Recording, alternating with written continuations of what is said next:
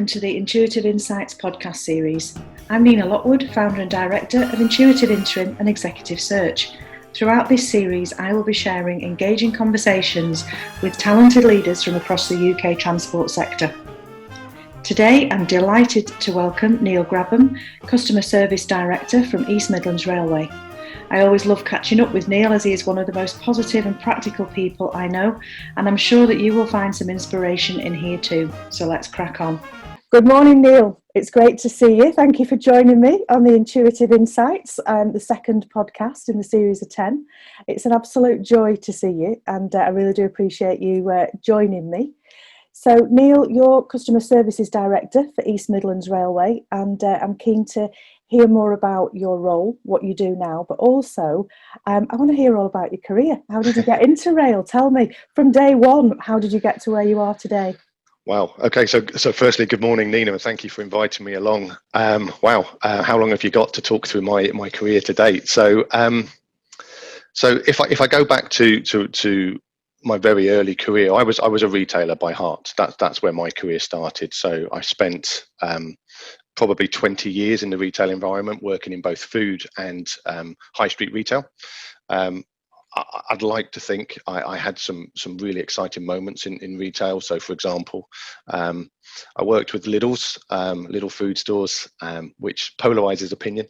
But I worked with Lidl's when they first came across into the UK. No stores were open, and I opened their 11th store in a place in West Wales called Britton Ferry, just between Neath and Port Talbot. So I started my kind of food retailing career with Lidl's. And the great thing about Lidl's at that time was it was unbelievably exciting, a rapid, fast pace of change, growing, opening stores every single week. So opportunity came fast if you were able to commit to working hard and delivering a good level of performance. So I became an area manager with Lidl's, and then had the opportunity to open, I would guess, 20 or 30 different stores across South Wales. And then I was given a chance to move into their head office, and I had a wonderful job, and it's something that I think probably more organisations should do. I was working in a talent pool of people, but as an assistant to the board of directors, and that essentially meant I could be given any project that any of the board of directors would want me to do, but it gave me an opportunity to really understand how, when you're talking and feeding into a board, it gave me a chance to think about my own persona, my profile, and also the sort of work and projects that I was delivering for them. So I worked as an assistant to the board of directors. I became, as a result of that, Lidl's first national logistics manager. So I was the first logistics manager for them. So I oversaw the operational warehouses at the time. They had 3 warehouses and opened 2 further warehouses.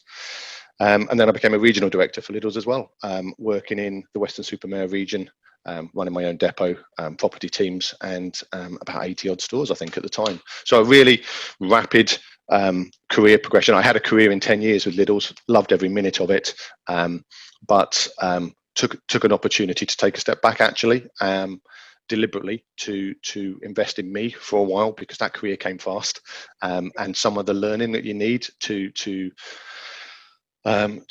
properly develop yourself as a leader probably hadn't been put in place. So I wanted to reflect on my leadership style and my leadership persona a little bit as well. So I took a step back, joined H. Samuels, high street retail, selling face to face.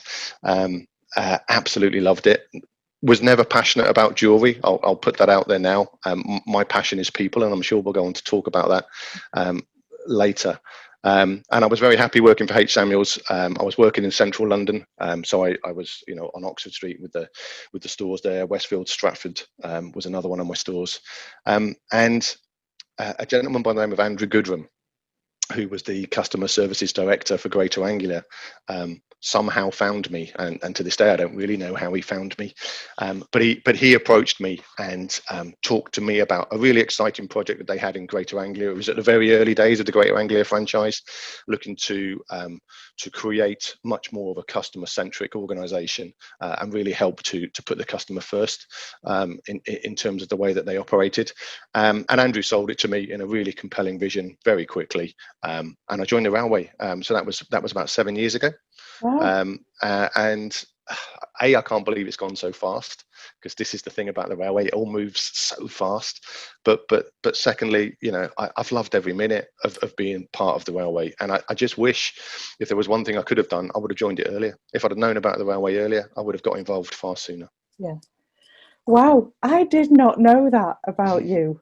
H. Samuel. Yeah, Blimey. absolutely. Yeah. So I've now got visions of Andrew trawling around jewellery stores in central London looking for this person. So I reckon I probably sold him a ring at some stage. I must have done a good job, and that was it. He wanted me to join the railway. What a great story. I love that story. And so 7 years later at East Mids, doing the customer services director role, in what has been, let's face it, quite an interesting period of time for the railway. And certainly, so you and I joined around about the same time. It was January 2013 when I launched Intuitive. And I, at that point, my view was there's lots of change and transformation needed to go on here. I think we've got an industry sector which has been doing great based on the technical competency, but the whole customer piece had perhaps not been as developed as it could be, certainly kind of 7 or 8 years ago. Sure. That has definitely moved forward. I've been able to see that just in discussions I have with clients when we're taking an assignment brief. The customer piece is definitely coming more to the fore. But lots of change happening, but perhaps not at the pace as we've seen it then for the last 7 months. Clearly things have accelerated somewhat, and we're moving into this new space. But before we go on to talk about the state of play, tell us more about your role now, Neil. What do you do day by day, week by week? Okay. What does your role at East Mids entail? Yeah, so as you say, I'm the Customer Services Director for East Midlands Railway, and I was brought into East Midlands Railway at the start of the franchise when Abellio took over the franchise. So that was August 2019. And it's a fantastic opportunity, and I'm hugely grateful to Julian Edwards, who was the interim MD of East Midlands Railway, and he took the decision to bring me into his team. So I'll get a plug out for Julian straight away. Hugely grateful to him. In terms of my responsibilities, I've got quite a broad portfolio, and the first decision I had to make was, what do I call myself? So the first debate is always, are you customer services director or are you a customer experience director? I took a view that said, I'm customer services, but I have a customer experience team that work for me as well. And for me, there's a very distinct difference between the two that needs to be recognized. So customer services for me is all about being able to influence a customer's journey in the moment. And I have a responsibility for my station teams. So we have 91 stations, a huge team of people on a day-to-day basis who'll be doing their best to keep the trains moving, but will interact with the customers both in terms of ticket offices, selling tickets, and assisting customers along their way on their journeys. I also have a responsibility for my onboard teams as well. So that's my senior conductors, my train managers, the catering offering on board. And every one of those individuals has that opportunity to delight a customer on a day-to-day basis. That's the customer service element, the day-to-day piece. We also have a huge team in the background that work really hard on developing our customer experience strategy. So I have strategy managers that are always looking and trawling through data and customer feedback, looking for insights and ways that we can improve. I have a customer contact center. So if we get things wrong, we need to learn from those and make sure that we turn those detractors into positive promoters of the railway through a positive experience, even when maybe they've come to us with a complaint initially. And I've also got teams that maintain things like assets and facilities and look after revenue protection. So a big portfolio, but I chose to call myself Customer Services Director for the simple reason I have that opportunity every day as well. I see customers, I talk to customers every day, and I want to remind myself that in those interactions with customers, I have that opportunity to delight them as well. And I think it's something we should all do, no matter what our job is in the railway. We should all try and do that every single day. Yeah, absolutely. That's really useful kind of differentiation between the two, and looking at the strategy, but then looking at the frontline piece and the fact that they both have to knit together. Absolutely. One has to support the other. So thank you for that. As we've said, an interesting period of time. The railway has an opportunity, and depending on who you listen to or which trade journals you read, we've got 12 to 18 months to get this right. Yeah. So It has been. It has been an incredible period of time. Unprecedented has been a very overused word, but that it has been what it is. Obviously, moving forward, Neil, what Mhm. do you think are the opportunities for the rail industry? What's ahead of us that we can really grab hold of and make it work for us? Sure, and it's really pleasing to hear you to use the word opportunity, because I think that's really important. You know, we all know that the railway has gone through an unprecedented period of change, and right now where we are with, you know, probably customer volumes at about 25% of where they were in a pre-COVID world is certainly not a place that we would want to remain, and it's probably unsustainable for the railway. So we know that we face a huge period of challenge and change. But it's an opportunity to get it right, isn't it? And that's how we have to look at it. And this is what I'm constantly referring back to with my teams. If you looked at the railway maybe in January of 2020, and you know, at that time, the challenges that we faced were to do with punctuality, constant disruption to a service, probably over tight timetables that had very little resilience in them, unpopular ticket buying facilities, inflexible ticketing options, and customers who were telling us in their droves that they were dissatisfied, but probably didn't really have an option other than to travel with us. If somebody in January had said to me, how about we give you 12 to 18 months where we take away a lot of that pressure. Obviously, there are going to be other things that you're going to have to deal with, but we're going to take away a lot of that pressure, and we are going to give you an opportunity to properly listen to your customers and build back the railway in a really positive, customer-focused way. We would have snapped their hands off and said, this is fantastic. Let's do this, and let's do it properly. So I think we have this huge obligation now to get it right. I don't think it's something that needs to be rushed into. And I think, and you'll probably hear me say this quite a few times as we talk today, Nina, what is absolutely paramount is that we continue to listen to our customers and understand how their needs and priorities around rail travel are changing as a result of maybe some of the experiences through the COVID pandemic. And we make sure that we integrate that into our future solutions and vision for the railway. Because what I'm certainly seeing in customer feedback and customer data now, in terms of their priorities, is very different to maybe January of 2020. So we need to get that bit right, and we need to get that bit in place. But a really, really positive opportunity to start to build a railway that has that customer focused at its centre. And I'm not sure that we've always alluded to it. I don't think we've always delivered it. No, fair point. And this is one of the things that I really enjoy about our conversations, Neil, is that you are always so positive, but practical. I love that is a powerful combination, and you make a really good point in terms of listening to the customer and having that as our focus. So I'm going to just kind of, for a moment, dive into my fairy godmother outfit and produce my magic wand and say, Neil, I'm going to give you 3 wishes. And these 3 wishes you can use over the next period of time to give us the railway that the customer deserves at the end of it. What would those 3 wishes be? Okay, so I think I've already alluded to the first one, haven't I? It's about listening. So my first wish would be for smaller mouths and bigger ears on the railway. That absolutely would be my first. I think there's a lot of well-intentioned, experienced and knowledgeable people who work within the rail industry. But I'm nervous at the moment, Nina, if I'm honest with you, that a lot of solutions are almost being served up to us. And I'll go back to what I said earlier about customer priorities are changing, and we need to involve our customers and listen to what they want now in a post-COVID world. So I'll give you some examples. We as at EMR, we committed early on when COVID landed and we went into lockdown. We made a commitment that said we wanted to get more customer feedback, even though we'd have less people traveling.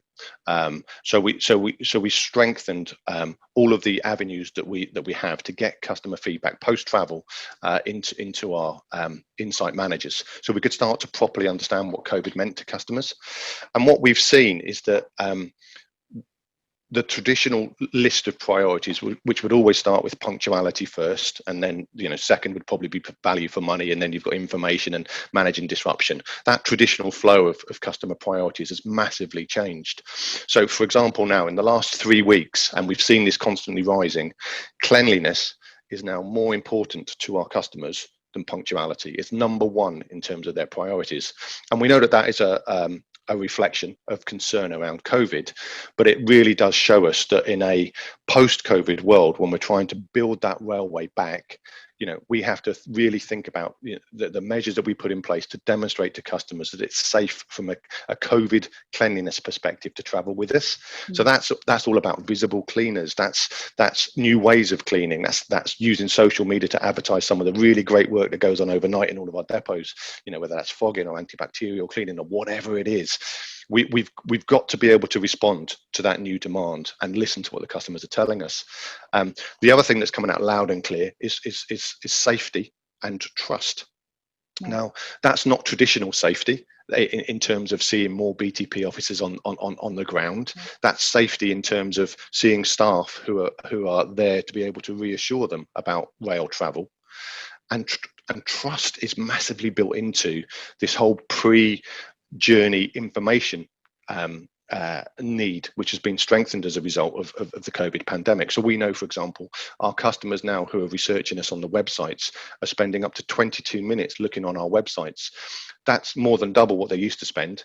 And that's not buying tickets. That's looking for reassurance around safety and building trust that we're an organisation they can trust to get them from A to B, but in a safe way. So this small mouths, big ears is a big thing for me, because customers are telling us in lots of ways that they have a new set of priorities, and we need to make sure that that is incorporated into some of the established templates that we had for railway transformation. We have to merge the two. If we just do the one that existed pre-COVID, we're going to miss a huge opportunity. Yeah, absolutely. Good one. I like that. So yeah, well, I've got three, haven't I? I've got You've two got more to three, go. yeah. Okay. I've been generous. Okay, so my second one, and this is a bit of a campaign and a crusade, I think, for me. I think I would, if I could change something overnight, I would like to see a railway that becomes more diverse and socially inclusive, and better represents the communities that it serves. And I genuinely think, and I know certainly from an East Midlands perspective, we have a lot of work to do in that area.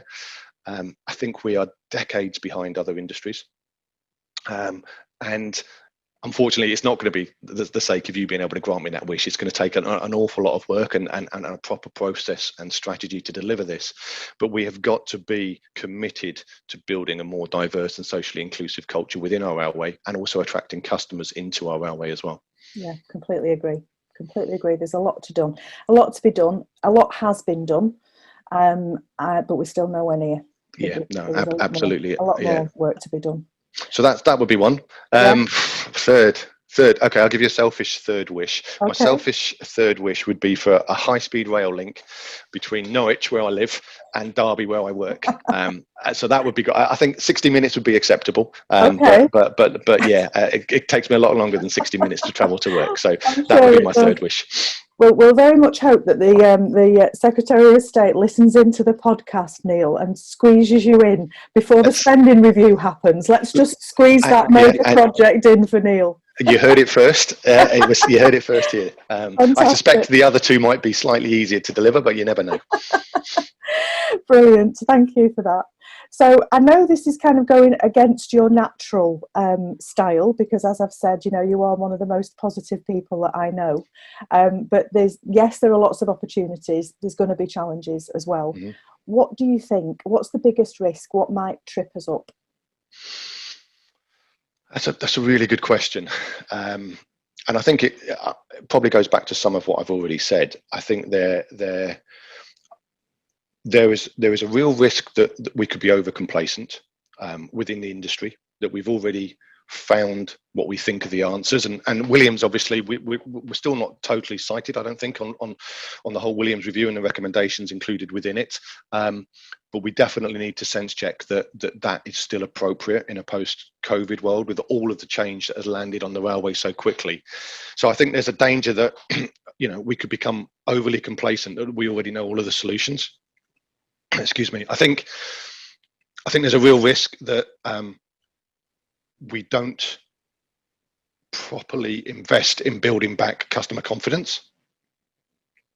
So by that I mean we shouldn't just think that when the country starts to open back up, as it will do, and we should all have every confidence that's going to happen, we shouldn't just assume that the lifeblood of the railway, which has been our commuter business, flock back to us and are really happy to be back on the railway. I don't think that's going to happen.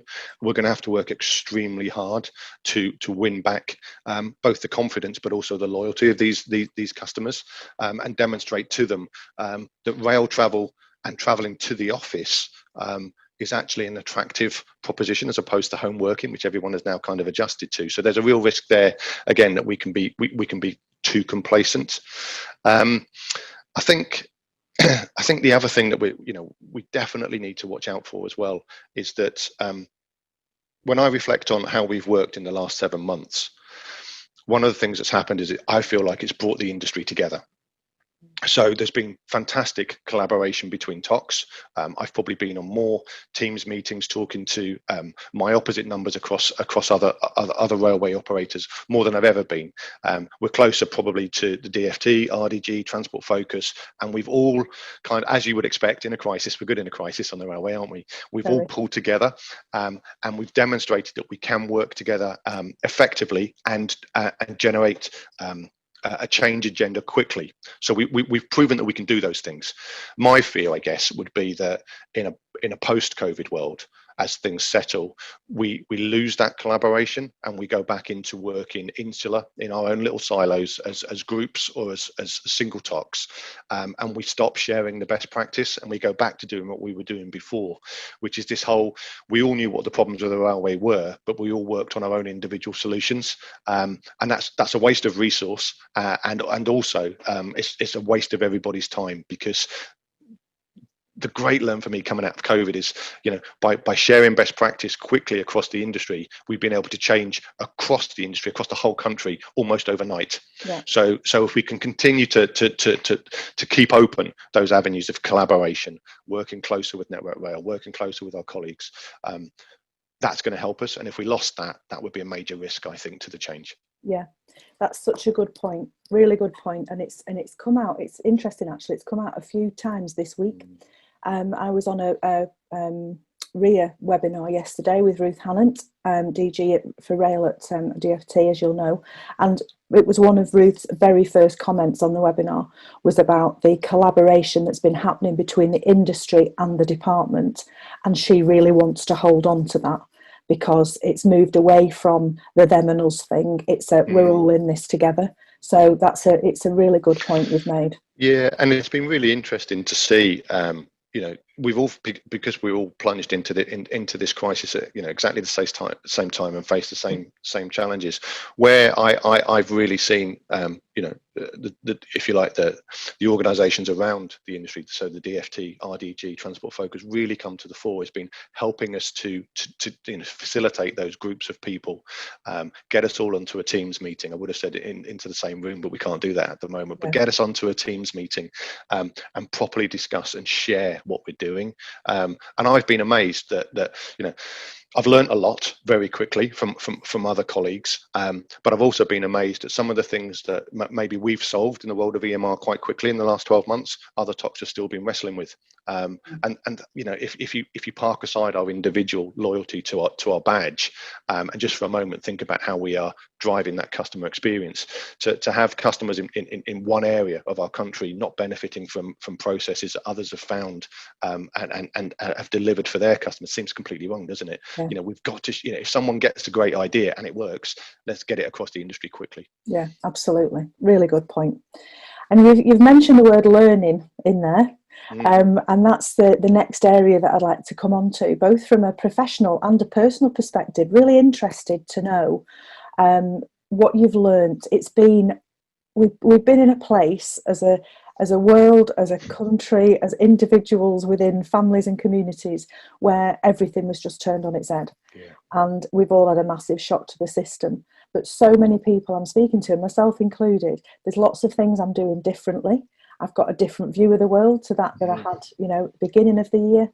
I'm really interested to know, Neil, what you've learned. What are you doing differently? And dare I say it, what have you enjoyed? There's been good stuff. There will have been good stuff as well.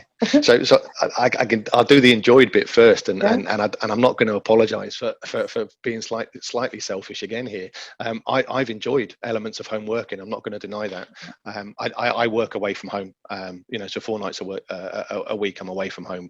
I've got a 6-year-old daughter. It's been brilliant. It's been brilliant to be at home and be around her a little bit more often. Yeah. So there's been elements of lockdown that have definitely been beneficial to me in my circumstances. So that's been good. I've personally enjoyed that. I think the learn. I'm with you, Nina. The learn has been huge. And I kind of went into lockdown accepting that the way I operated as a leader was going to change, but not being completely sure what that meant.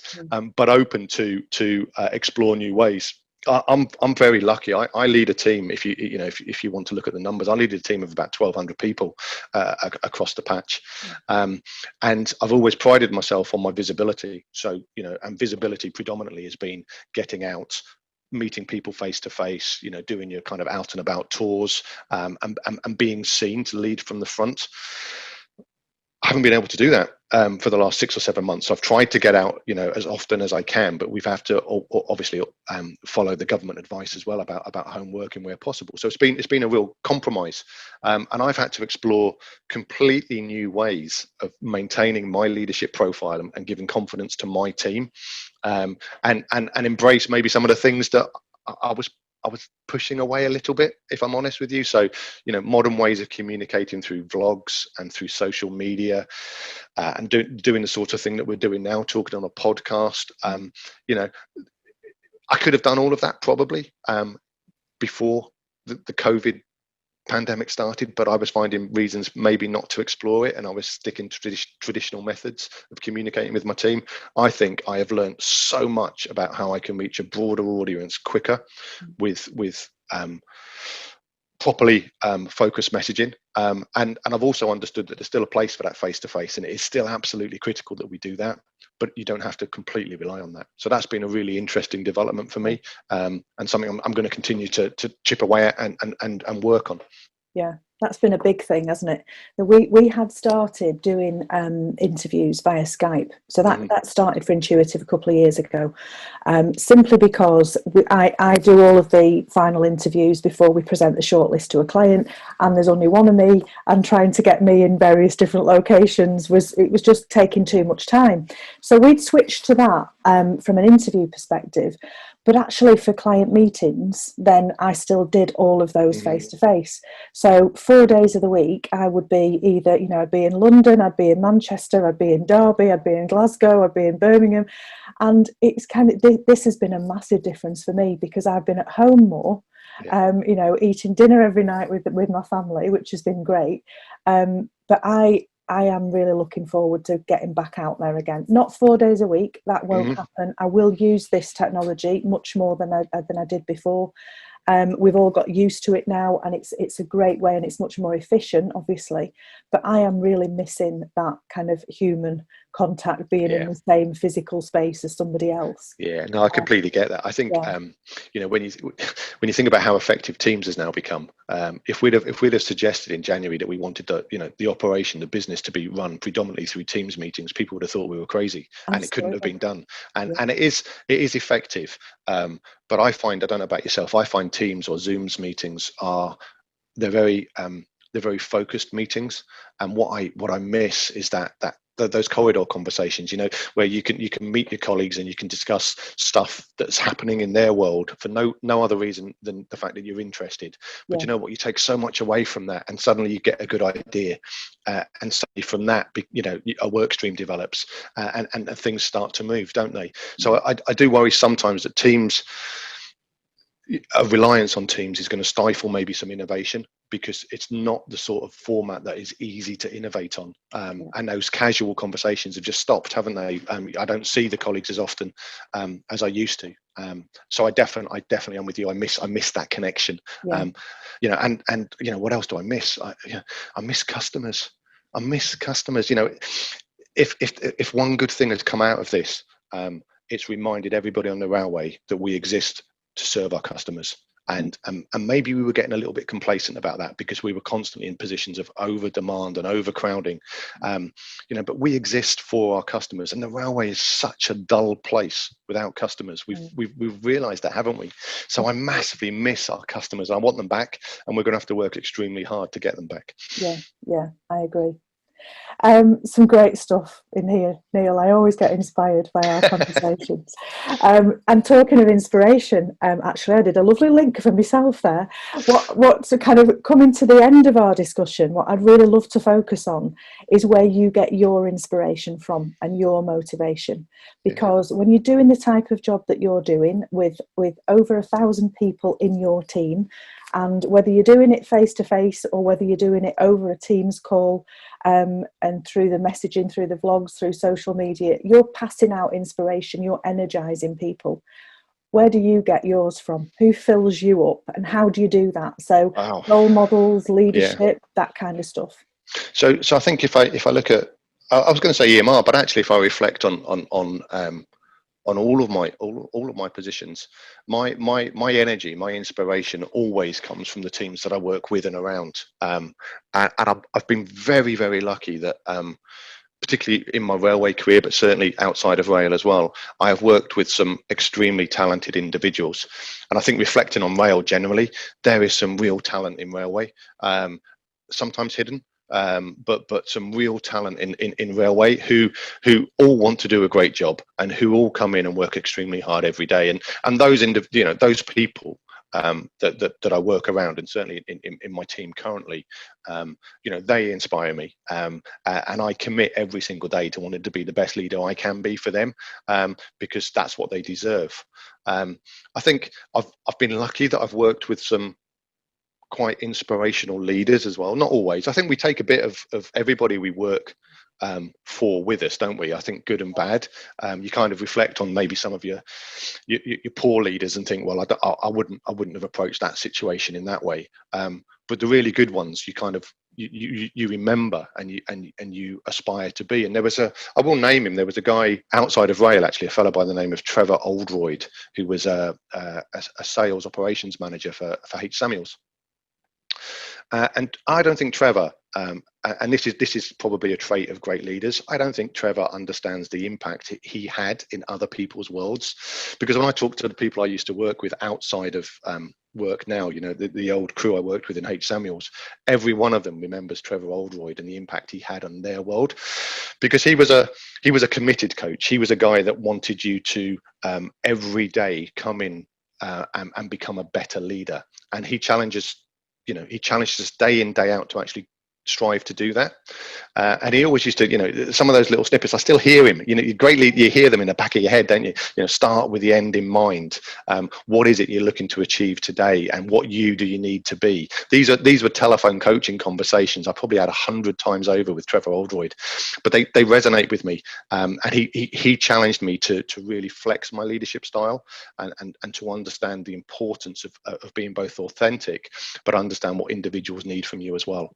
And I try and take that with me. So he was a guy, definitely. I think the other thing that I should give a nod to, and willingly will give a nod to, is the the true strength of leadership within the railway that I've worked with. So within the Abellio Group, I've been very fortunate, and at Greater Anglia when I worked there, with the likes of Andrew Goodram, Martin Moran, who's the commercial director, who selflessly championed my case to move up within the industry, even though obviously Greater Anglia had a huge amount of work on. Jamie Bowles, a great leader of people as a managing director, and now moving into EMR, the likes of Julian Edwards and Will Rogers. I've worked with some great people, and I consider myself very fortunate, actually. Yeah, there are some fantastic leaders in the industry. Absolutely agree with you on that.